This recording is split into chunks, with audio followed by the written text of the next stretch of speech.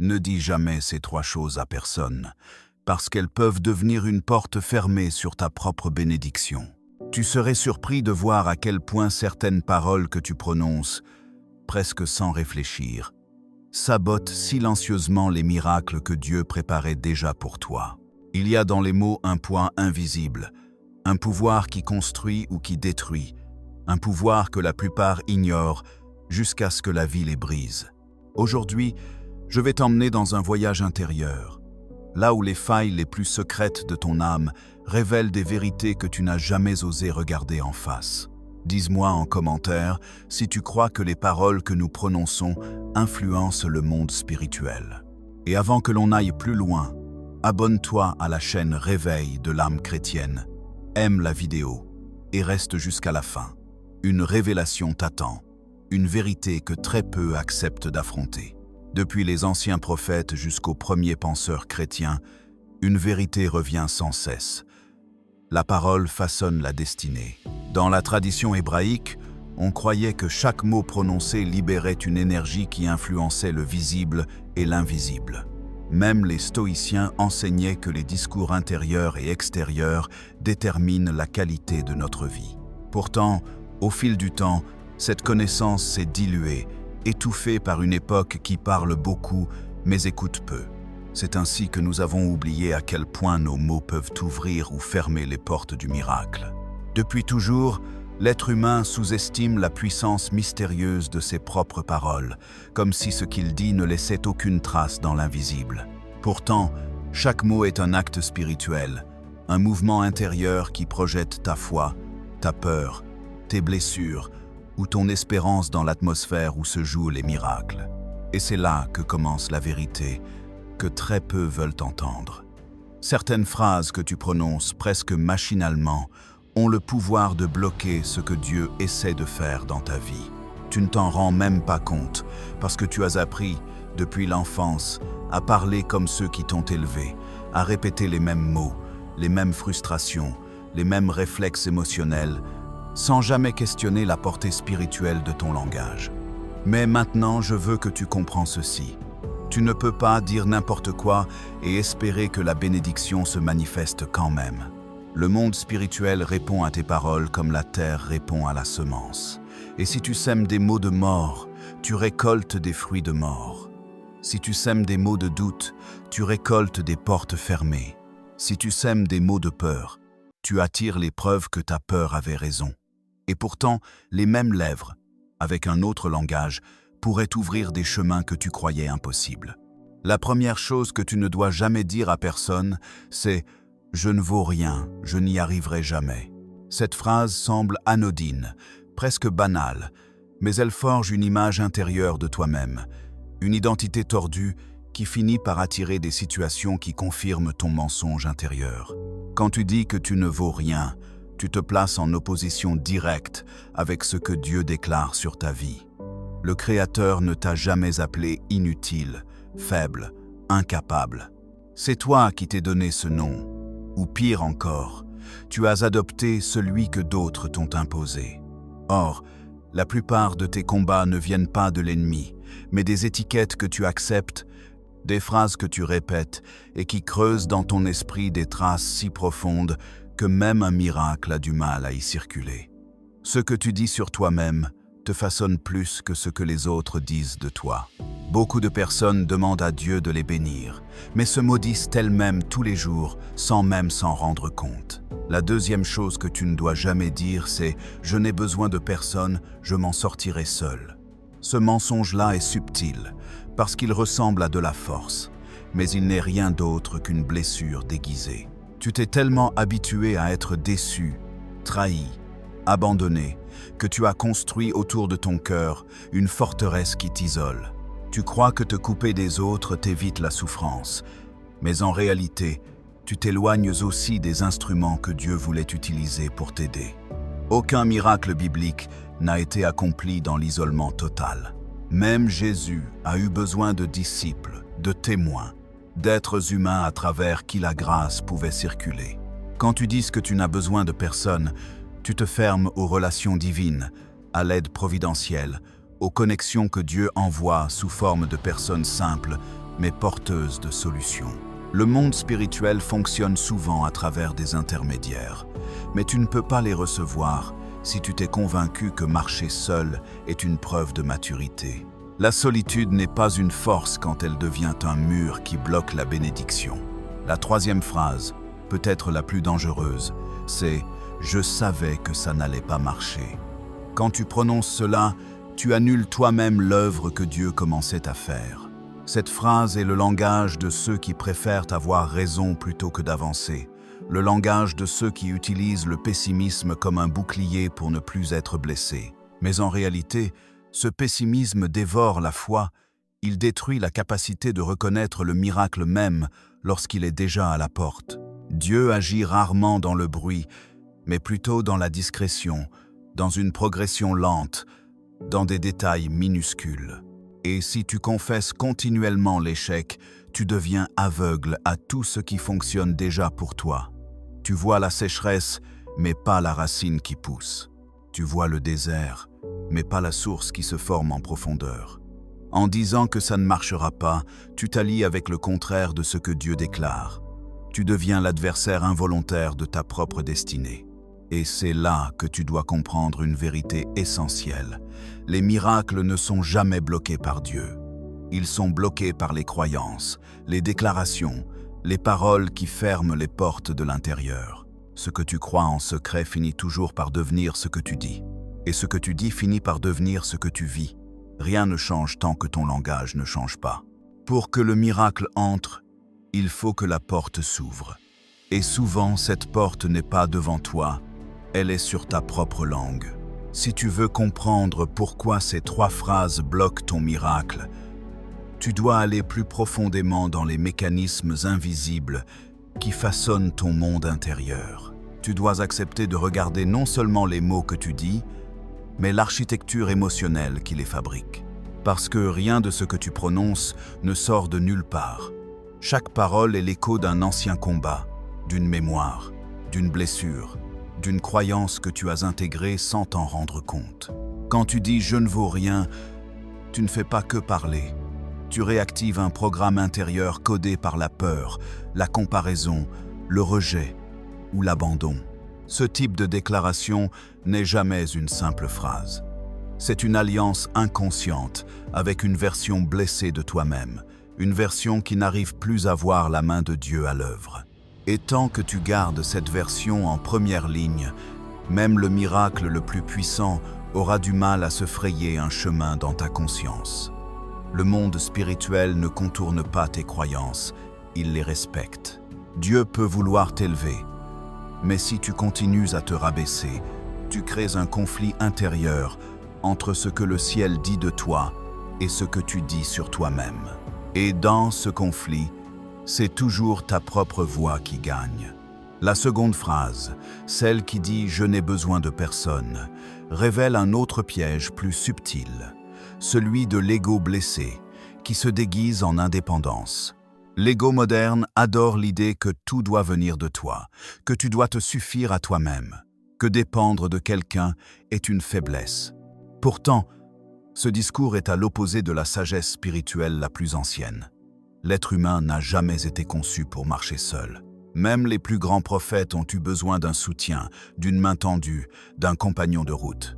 Dire que tu n'as besoin de personne, c'est comme fermer volontairement les fenêtres de ta maison, puis te plaindre qu'aucune lumière n'entre. Dieu envoie souvent des bénédictions sous forme de rencontres inattendues, de conversations brèves, de personnes ordinaires qui deviennent des instruments extraordinaires. Mais si ton cœur reste fermé, si ton langage refuse l'aide, si ta bouche déclare l'isolement comme un principe, alors tu annules toi-même les relais de grâce destinés à t'atteindre. Le ciel fonctionne en réseau, pas en isolement.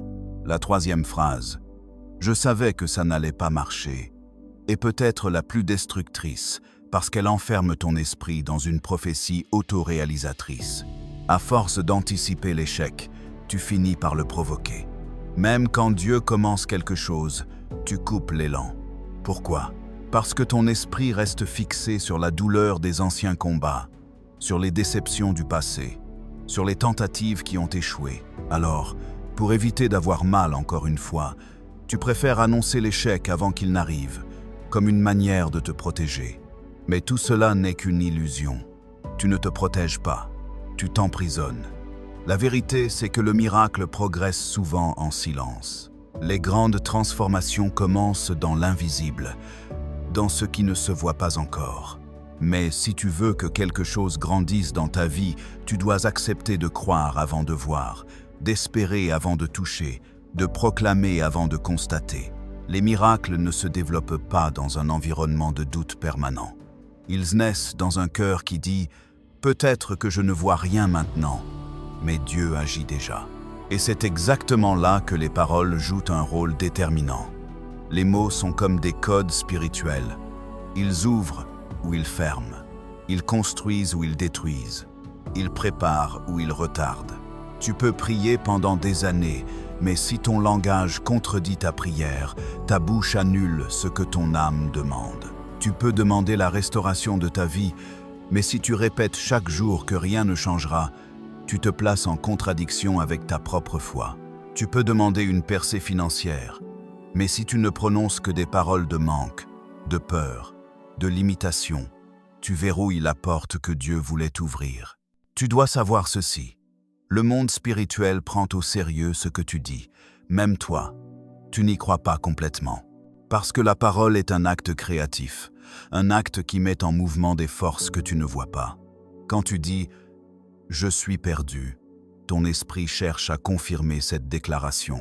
Quand tu dis « C'est trop tard », tes décisions s'alignent sur cette croyance. Quand tu dis « Je ne mérite pas le bon », tu filtres inconsciemment chaque bénédiction potentielle. Rien n'est neutre dans ton langage. Et peut-être que la plus grande bataille de ta vie ne se joue pas à l'extérieur, mais dans la manière dont tu te parles, dont tu parles des autres, dont tu parles de ton avenir. Dieu veut te bénir, mais il ne forcera jamais ta bouche. Il t'invite à devenir partenaire de ton propre miracle, à aligner ton langage avec ton espérance, à renoncer à ces phrases qui ferment les portes, qui éteignent la lumière, qui paralysent ton élan intérieur. Tant que tu répètes ces mots, tu bloques ce que le ciel voulait libérer. Mais le jour où tu changes ton langage, le jour où tu refuses de parler comme quelqu'un qui a déjà perdu, ce jour-là, les choses que tu croyais impossibles commencent à se déplacer. Maintenant que tu sais pourquoi certaines paroles bloquent ton miracle, il est temps d'entrer dans la pratique, dans ce territoire concret où la transformation intérieure devient visible. Parce que comprendre ne suffit pas. Tu dois rééduquer ton langage, réorienter ton esprit, purifier la manière dont tu te parles et dont tu parles de ta vie. La première chose que tu dois faire, c'est identifier les phrases qui sortent le plus souvent de ta bouche, celles qui reviennent sans que tu t'en aperçoives. Pendant quelques jours, écoute-toi parler. Observe tes mots, surtout lorsque tu es fatigué, blessé, stressé ou déçu. C'est dans ces moments-là que ton langage révèle ta véritable croyance intérieure. Dès que tu repères une phrase qui détruit ta paix ou ton espérance, arrête-toi mentalement et remplace-la immédiatement par une déclaration qui porte la vie. Par exemple, si tu t'entends dire « je ne vaux rien », remplace-la par « je suis en chemin, Dieu travaille encore en moi ». Ce n'est pas de la positivité naïve, c'est de l'alignement spirituel. Ce que tu dis doit se rapprocher de ce que Dieu dit de toi, même si tu n'en vois pas encore l'accomplissement. La seconde application pratique, c'est d'apprendre à demander de l'aide. Tu n'es pas destiné à marcher seul, et ton langage doit refléter cette vérité. Dis-toi bien que reconnaître ton besoin, ce n'est pas une faiblesse, c'est une maturité spirituelle. Chaque fois que tu sens monter en toi l'envie de dire « je n'ai besoin de personne », fais l'inverse. Ouvre-toi, appelle quelqu'un, pose une question, demande un conseil, laisse une personne te tendre la main. Beaucoup de miracles se manifestent à travers les autres, mais tu dois accepter de laisser entrer ces relais de grâce. Pour y arriver, tu peux commencer par de petites choses. Partager un poids, exprimer une inquiétude, accepter un soutien même minime. Cette simple ouverture crée un espace où la bénédiction peut circuler. La troisième pratique consiste à neutraliser la phrase « Je savais que ça n'allait pas marcher avant même qu'elle n'apparaisse. Pour cela, tu dois entraîner ton esprit à anticiper le bien plutôt que le mal. Ce n'est pas naturel, surtout si tu as grandi dans la déception.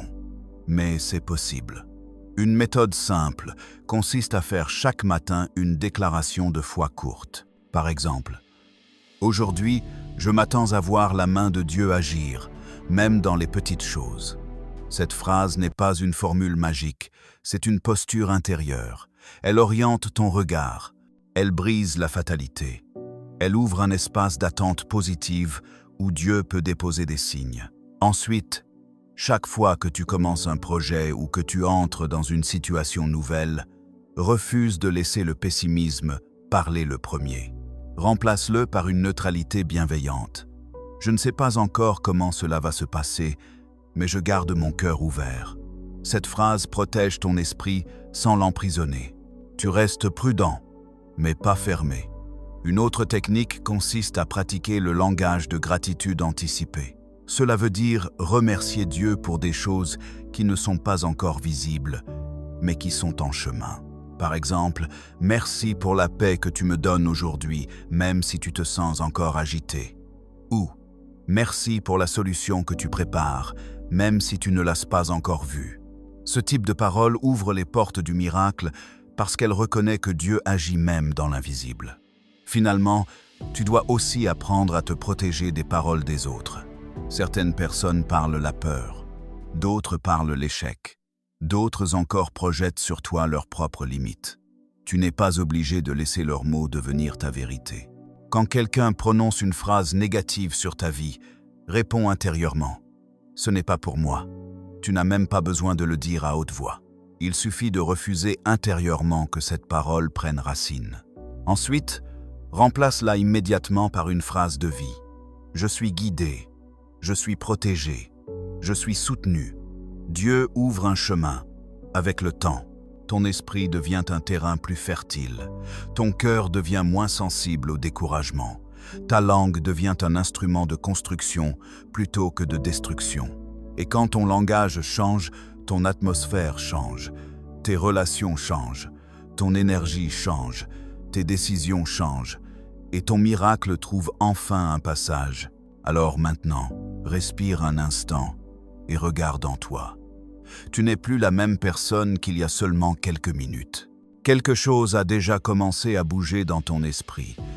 Une prise de conscience silencieuse, mais puissante, qui t'invite à veiller sur tes paroles comme on veille sur un feu sacré.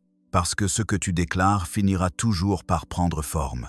Et si tu veux vraiment voir un miracle, tu dois devenir l'allié de ta propre destinée. Tu dois cesser de dire que tu ne vaux rien, parce que chaque fois que tu prononces cette phrase, tu effaces l'empreinte de Dieu sur ta vie.